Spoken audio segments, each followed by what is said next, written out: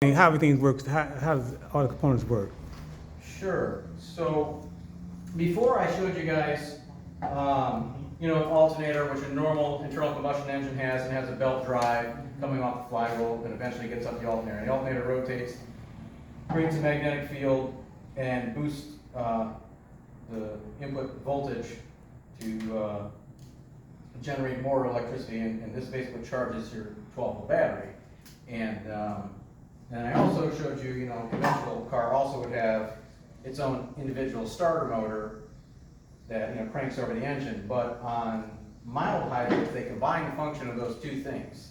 So I found a mild hybrid belt alternator starter motor.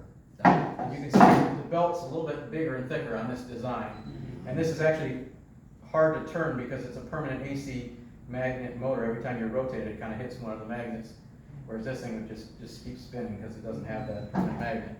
And it puts out so much power, they got to have liquid cooling on it because this thing gets hot. And you can tell it's an AC motor because it has 3 major wires. It's got a 3-phase system.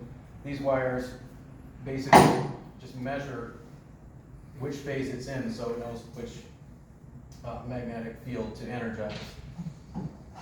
And a motor like this would probably be around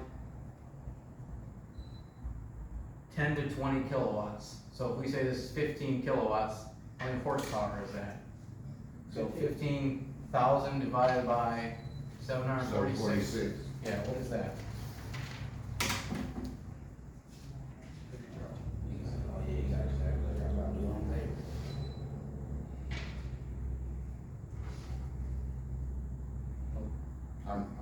That's okay, even if 15 divided by 7 is just about 2, so. 15,000 divided by 746 is 20.107238605.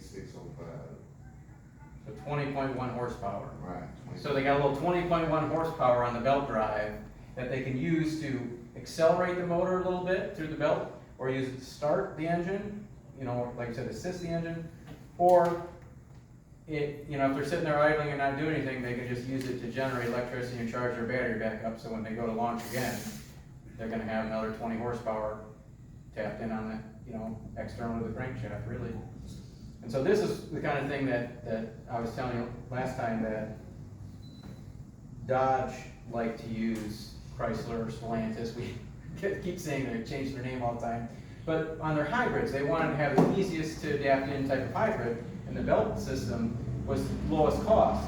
They didn't have to have a large inverter and large motors integrated in the transmission. They could just keep the same engine block they're doing all along and just say, okay, we'll just add this bolt-on part, take this one off, we'll change the rest of the pulleys, so they all match the new thick belt, and then just add a small battery.